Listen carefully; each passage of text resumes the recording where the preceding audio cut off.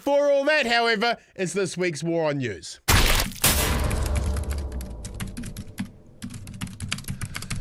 Brothers and sisters, this week we had a government refuse to recognise Palestine while reopening oil and gas exploration in New Zealand. So we won't recognise Palestine, but we will recognise oil. How very American of us. What else will this government shock us by recognising? Concede the rights of cancer, acknowledge the Ku Klux Klan, acceptance of flesh-eating zombies, pretending Simeon Brown is a big boy who can run public health into the ground all on his own.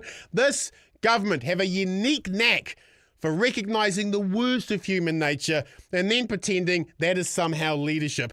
Choosing to recognise oil but not Palestine this week was this government at its worst. Talking of pretend leadership, the Prime Minister Chris Luxon sent what he called a sincere letter to Chris Hipkins this week, begging Labour not to dump his inane oil and gas recognition if National loses the next election. Couple of things. One, it's not a great sign of confidence that the PM is reaching out to the leader of the opposition, begging him not to change controversial policy if Labour win the next election. Secondly, Luxon sent the letter straight to the media before Chippy was even able to respond. So it wasn't a sincere gesture of goodwill.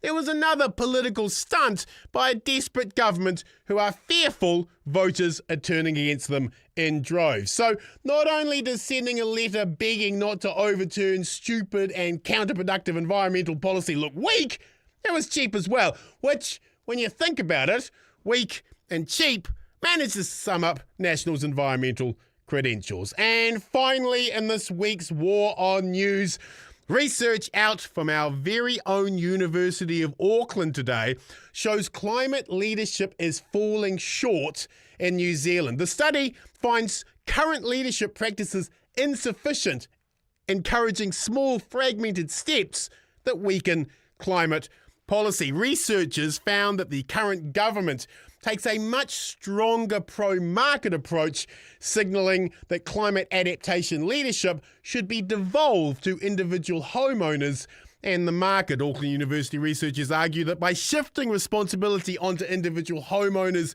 and insurers, climate leadership has narrowed to protecting property rather than addressing inequalities or broader environmental impacts. Brothers and sisters, we're all going to die on a burning planet thanks to the lies of the petro-industrial complex and their polluter mates. To quote the great warrior poet oracle Mike Hosking, happy days.